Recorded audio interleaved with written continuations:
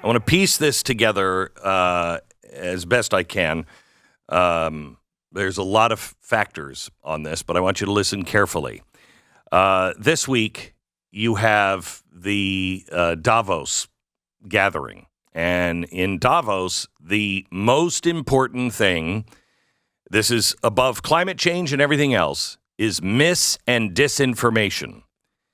The president of the European Union just spoke at Davos, said our freedom comes with risks. The top concern is disinformation and misinformation as the boundary between online and offline is getting thinner and thinner. The top concern for the next 2 years is not conflict. It is not climate. It is disinformation and misinformation. The Global Risk Report says that addressing misinformation and disinformation take priority even over extreme weather events, war, terrorist attacks, and inflation. Got it? Global warming is an existential threat. Terror attacks like what happened in Israel and war. Inflation, which can collapse your dollar. All of those things are now secondary to mis- and disinformation. For the global business community, the top concern for the next 2 years is not conflict, it's disinformation and misinformation. The boundary between online and offline is getting thinner and thinner, and it is more important than ever in the era of generative AI. The World Economic Forum's Global Risk Report puts artificial intelligence as one of the top potential risks of the next decade, but of the next 2 years, it's you. They also called for a global regulatory body to oversee artificial intelligence, in other words, take control of AI, and digital ID systems, akin to vaccine passports. It is important, she said, to harness and guide this technology responsibly. So what does all that mean?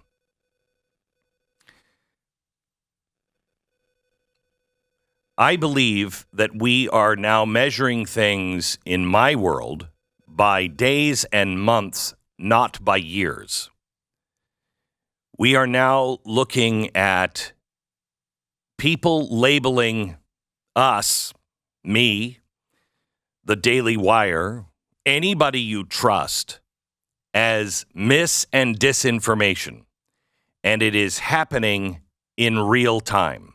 We told you a couple of weeks ago that our spy agencies and our Pentagon are in league with the Five Eyes, and they are doing misinformation, disinformation, editing, and also cognitive training.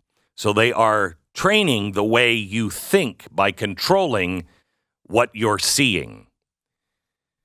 Let me give you this story that just came out from The Independent. This is new today. Climate misinformation is rapidly mutating across social media, allowing nefarious actors to skirt restrictions and continue to profit, according to a new report. With climate-driven disasters now impossible to ignore, outright denials of climate change no longer hold up with most people. That's not true. The people who believe in climate change, the people who are believing that this is some sort of disaster, is actually going down. It has less credibility than ever before. In the murky online realm of climate misinformation, there is a shift in tactics that is in motion. Researchers, notice that word, researchers analyzed thousands of hours of YouTube content from the past 6 years and found that old climate crisis denial, which claims that global heating is not happening and burning fossil fuels is not the cause, is giving way to a new type of misleading content intended to muddy the waters.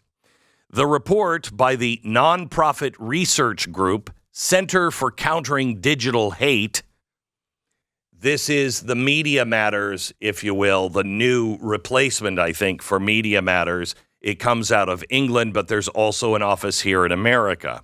We'll get into that on a later episode. They found that this new denial falls into a few broad groups, that the impact of global warming or global heating are beneficial or harmless. The second group is climate solutions won't work, and that climate science and the climate movement can't be trusted. Those are all mis and disinformation. Climate scientist and author Michael Mann describes these new misinformation strategies as the 5 Ds of inactivism: deflection, delay, division, despair, and doomism. They found that videos containing new denials doubled since 2018 on YouTube. In total, there were more than 34,000 climate crisis denial claims on 96 channels that were analyzed, amounting to more than 325 million views.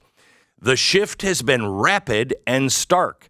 As old climate denial narratives declined across YouTube, new denial has surged. The later now accounts for 70% of climate misinformation on YouTube, while old denial has dropped 30%. The Amrad Ahmed, the CCDH's chief executive, explained. So this story from The Independent has one source, and it is Media Matters, if you will, this new group that is trying to counter digital hate. There's been a clear shift in the climate misinformation on YouTube in the last 6 years, blah, blah, blah. Mr. Ahmed said the new findings were somewhat optimistic because they showed that scientists and activists have been successful in conveying the facts of climate change to people. Climate advocates and policymakers must recognize this shift or risk losing the information battle necessary to deliver climate solutions. Let me say that sentence again. Climate activists and policymakers must recognize this shift or risk losing the information battle necessary to deliver climate solutions.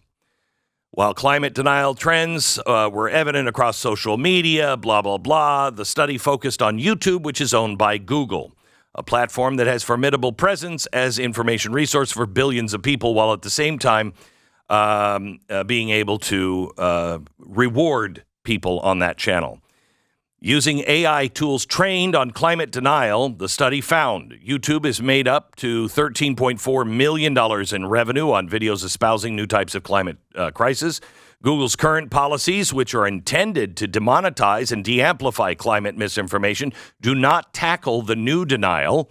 YouTube continues to serve ads on old forms of climate crisis denial barred under its policies. Google also announced in 2021 that it would stop monetizing climate crisis denial content.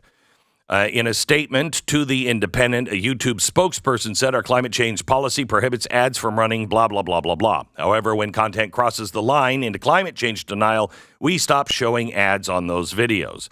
The shift from older tropes on conservative outlet Blaze TV to a brand new climate denial. The study analyzed videos made by fossil fuel lobby groups, media companies, and individual pundits. One of those highlighted in the report is Jordan Peterson, a psychiatrist with 7.5 million YouTube subscribers. His channel typically takes the format of interviews with fellow climate change deniers, where posts have included titles such as The Great Climate Con and The Killing the Poor to Save the Planet. The Independent contacted Dr. Peterson for comment. Blaze TV, founded by conservative firebrand Glenn Beck, regularly features climate change denial. The media company has also shared false claims about the 2020 presidential election, along with hosting Sandy Hook conspiracy theorist Alex Jones. In a video published July 2022 and watched 71,000 times, Mr. Beck claims the Biden administration is using the climate crisis as a cover for government control and a great reset, an online conspiracy theory that claims the global elite is trying to dismantle capitalism and create a new social order.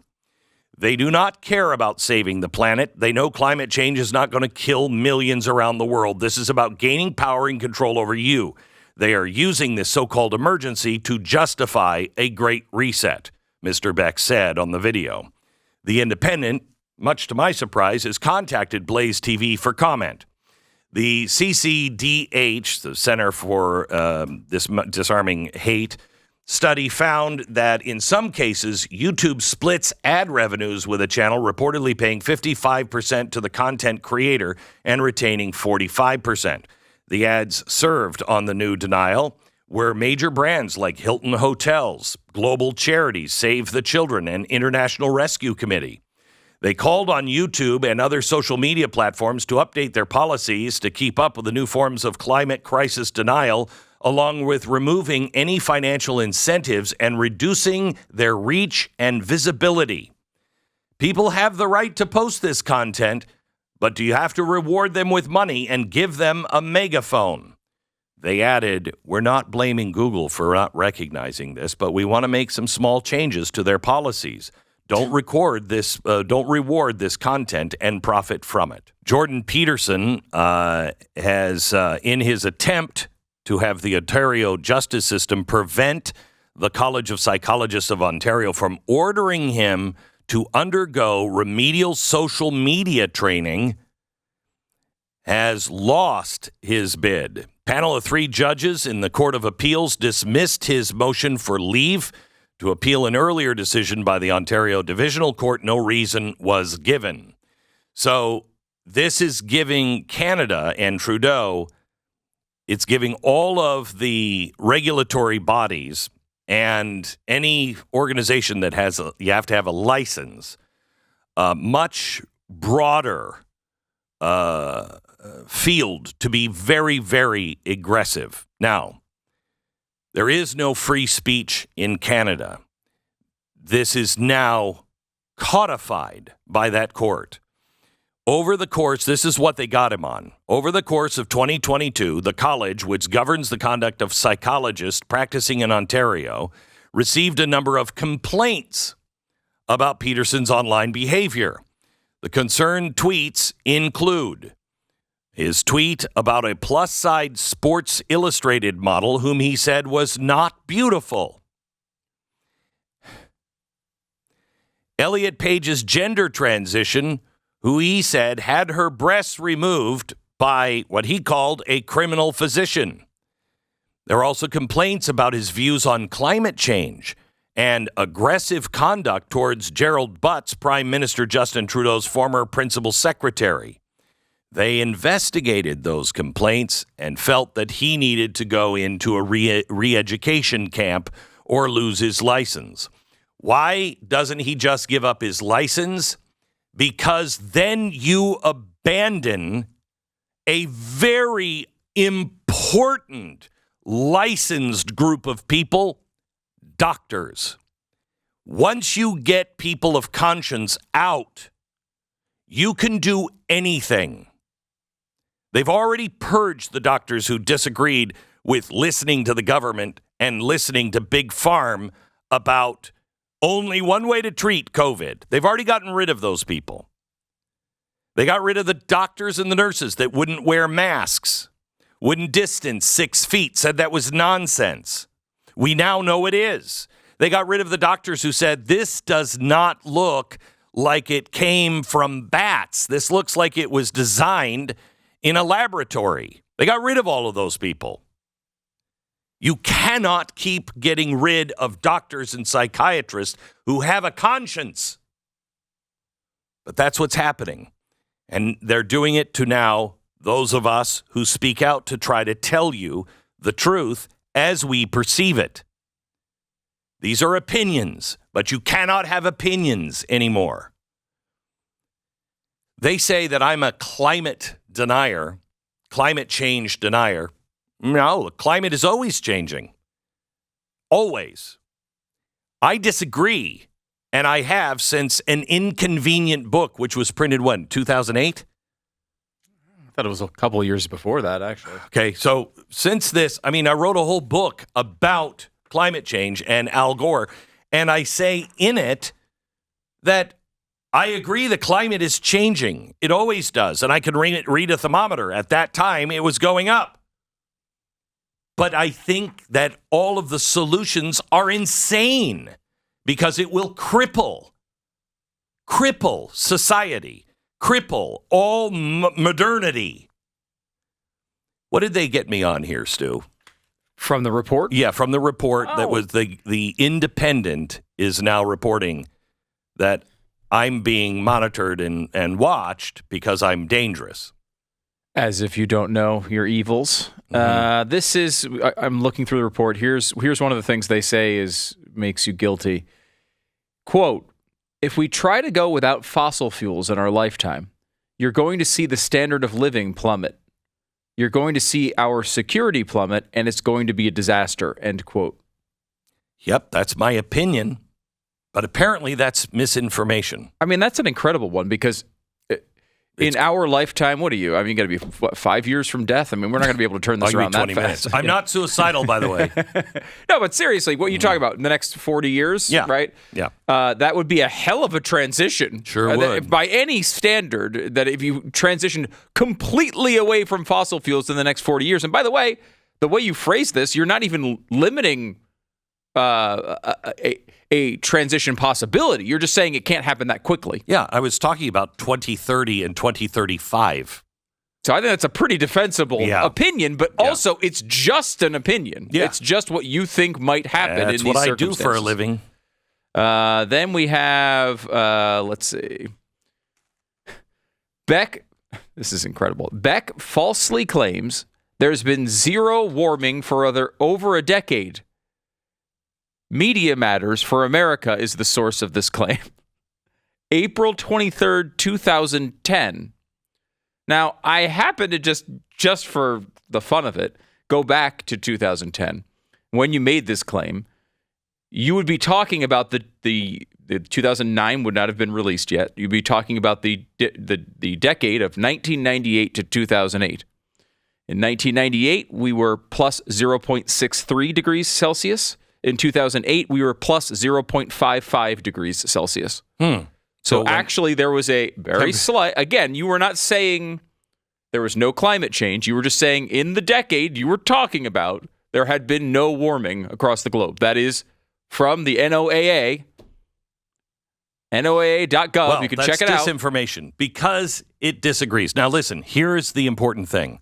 I can't believe I'm telling you this, and I've been subtly telling you it for a while that it is coming. It is no longer coming. It is here. I started the Blaze to be the Alamo, to only rely on you, that they would crush us every way they can, and they are going to. They are starting to. My Facebook page is down 95%. Now, there's no way that is true. We are having our best year ever. The last 3 years have been tremendous growth. We have more listeners and viewers than we've ever had, even when we were at Fox. And yet my Facebook page is down 95%. The only metric that is down is social media. Isn't that weird? Everything else is skyrocketed up. Social media is down. By the way, Facebook at one point, they brought me out to Silicon Valley to talk to their people, correct me if I'm misstating this, to find out how we were over-indexing Facebook. I thought I was going to join a meeting and I was going to ask them, how could we better? And they said, no, we called you here. You didn't call this meeting. We called you here. We wanted to know how you were over-indexing. What is it that you're doing? We want to study this. Okay? We've gone from that to down 95%. Wow, that's weird. All of a sudden, we've become morons on social media, even though we run a social media empire. That's weird. Listen, first thing you have to do is go to my email newsletter. It's free.